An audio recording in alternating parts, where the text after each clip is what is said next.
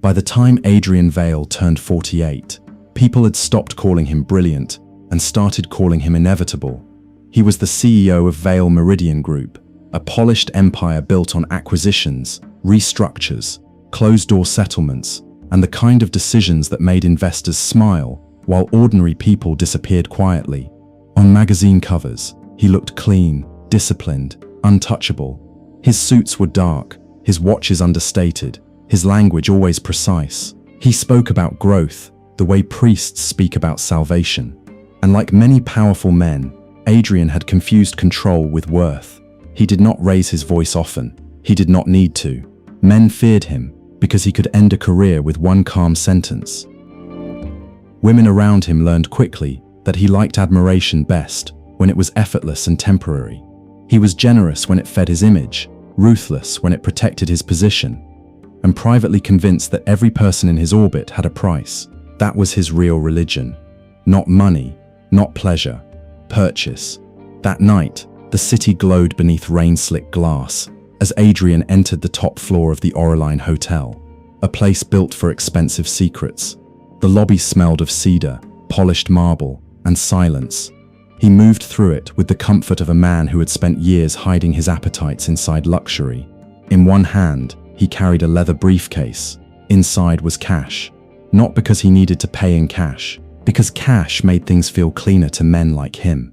Less trace, less memory, less consequence. In the private suite upstairs, a woman was already waiting. Her name, he had been told, was Elena. He expected beauty. He expected discretion. He expected the usual arrangement. A few hours, a sealed silence, another human encounter reduced to a transaction he could control. By now, these nights had become less about desire and more about proof.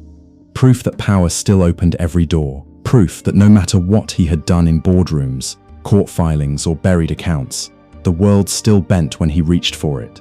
When he entered the room, Elena was standing near the window, the city lights behind her.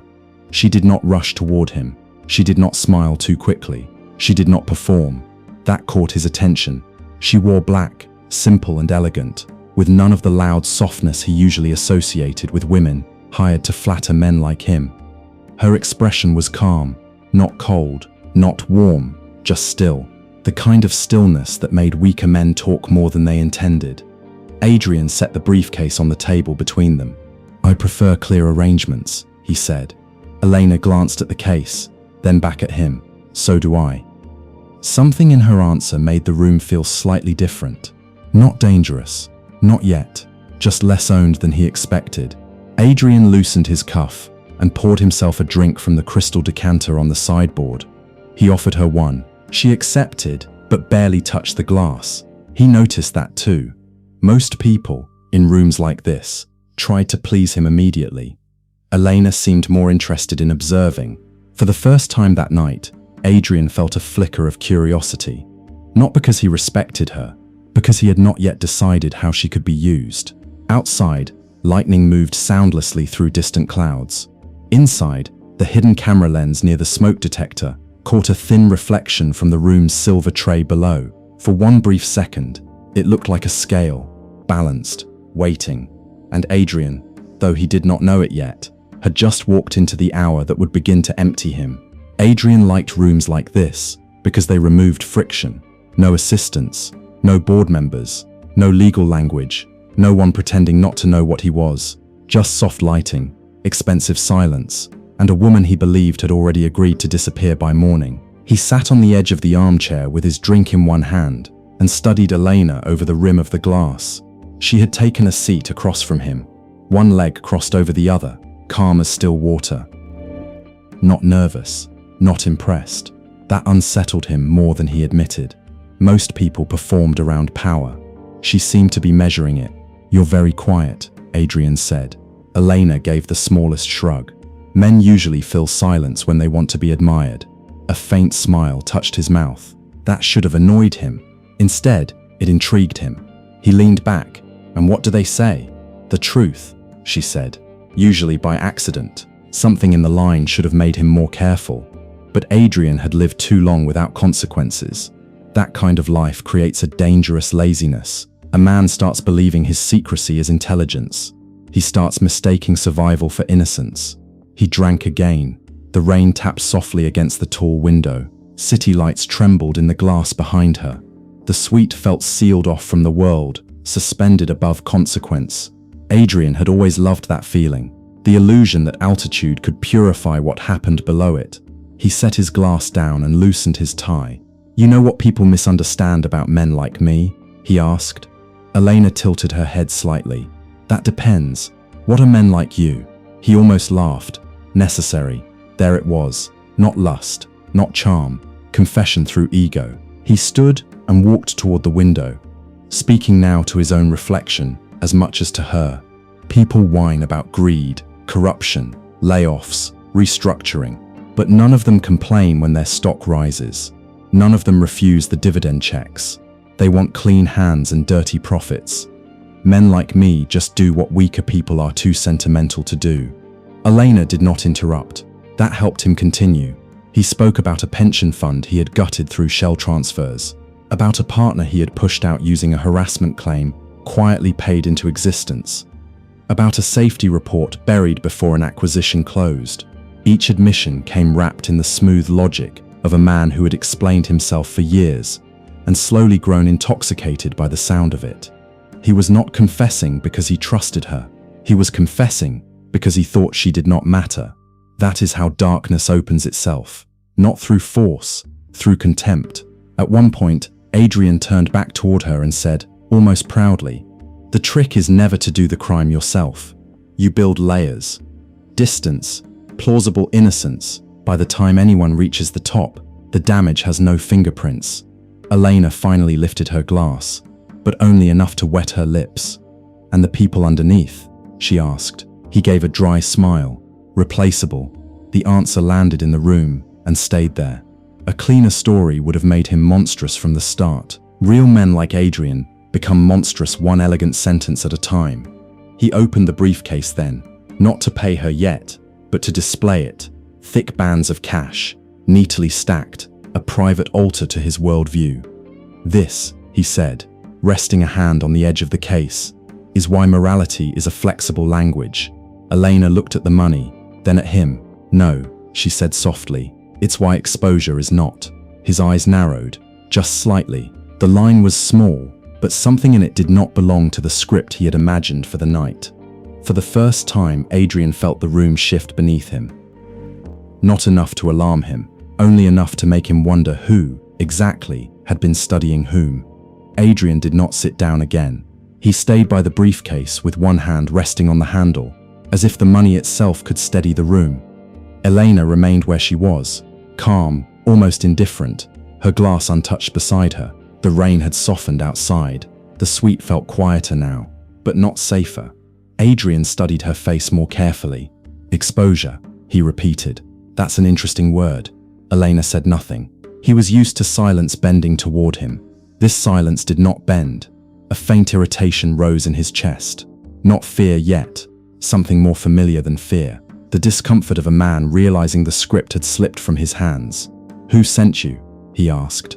Her eyes held his. "The people you thought would stay buried." The sentence landed cleanly. No drama, no smile, no triumph. That was what made it dangerous. Adrian's expression hardened. "You're making a mistake." "No," Elena said. "You made several." She reached into her bag and placed a small recording device on the table between them. Then she looked once toward the ceiling. Only then did Adrian follow her gaze. Near the smoke detector, tucked into shadow, a lens reflected a thin line of light. Small, round, unblinking. For a second, his face emptied. It was not guilt that appeared first. It was disbelief. Men like Adrian never expect consequences to enter the room dressed in composure. They expect rage, lawsuits, threats, noise. They know how to fight noise. What they do not know how to fight is evidence that has already finished listening. He moved toward her, slow at first, then faster. "Give me that." Elena stood. Now they were only a few feet apart. She was smaller than him, quieter than him, outwardly easier to overpower. But the balance in the room had already changed, and both of them knew it. "You can take the device," she said. "It won't help." His jaw tightened. "Do you know who I am?" "Yes," she said. "That's why this had to be done carefully." He stared at her.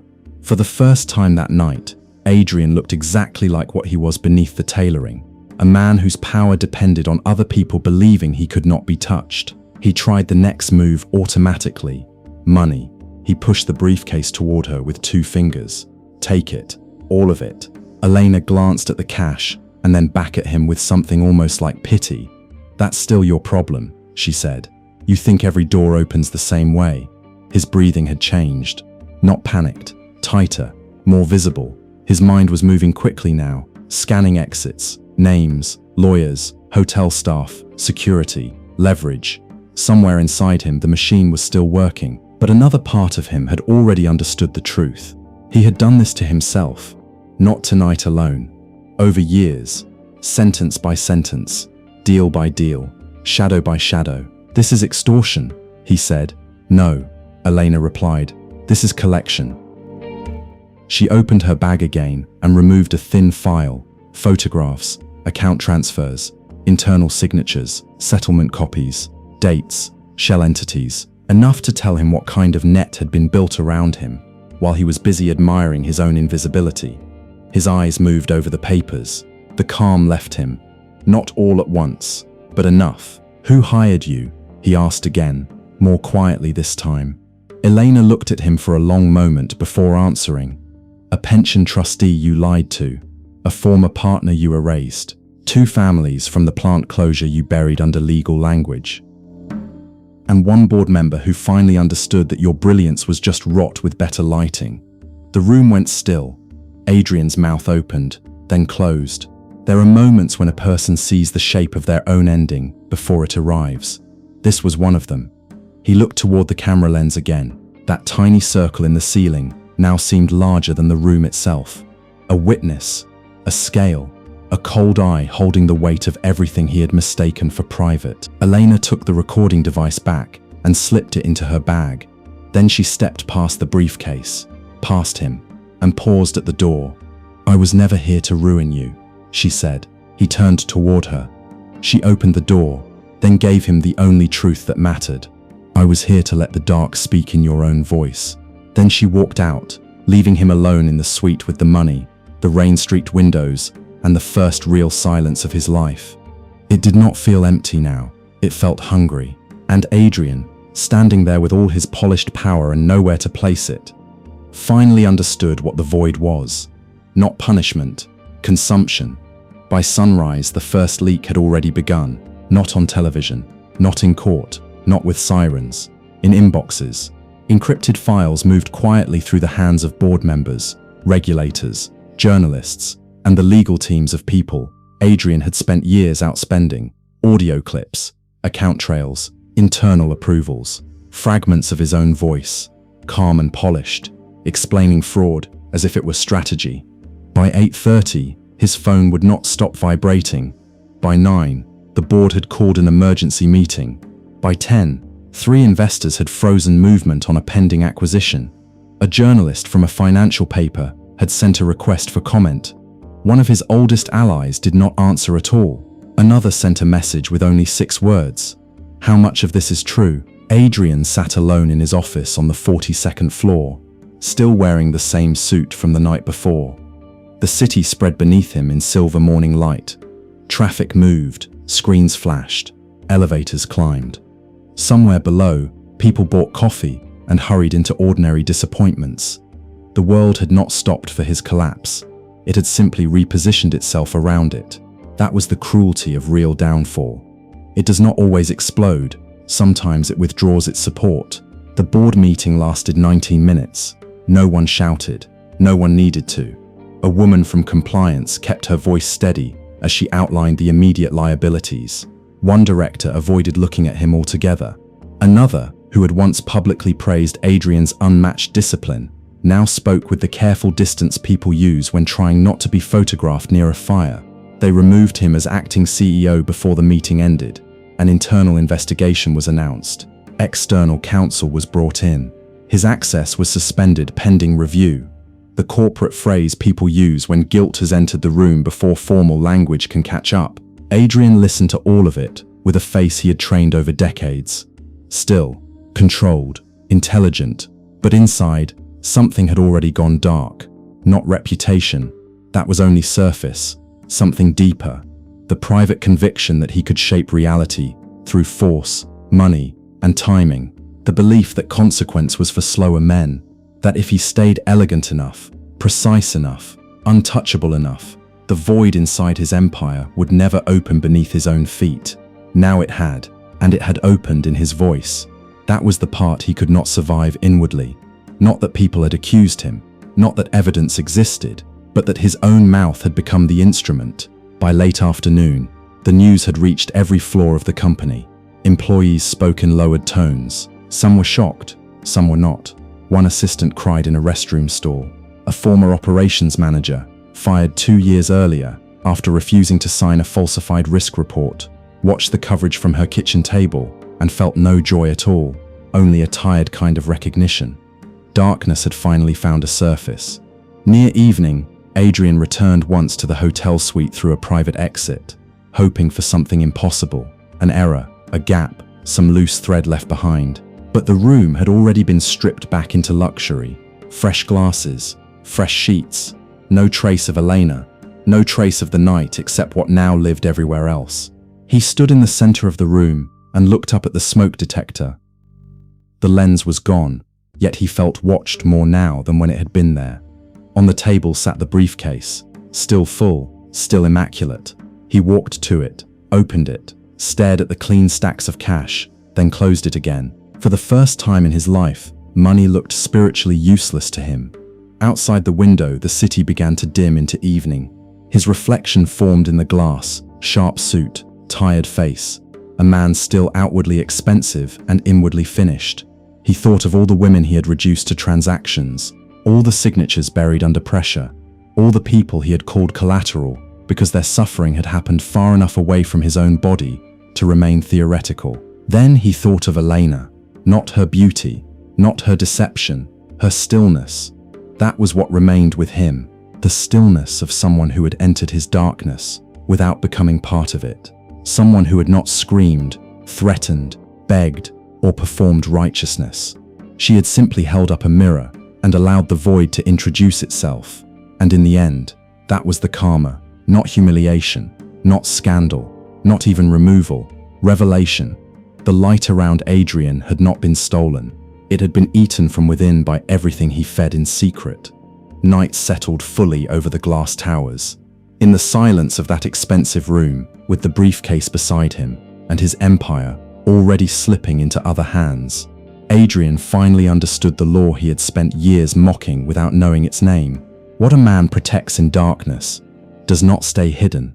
It grows, it hollows, and one day, when the light is brightest, it consumes the structure built to contain it. He stood there a long time, looking at his own reflection, until it no longer resembled power, only a vacancy in a suit. And somewhere beyond the reach of his money, his titles, and his practiced calm, justice had already moved on without needing applause.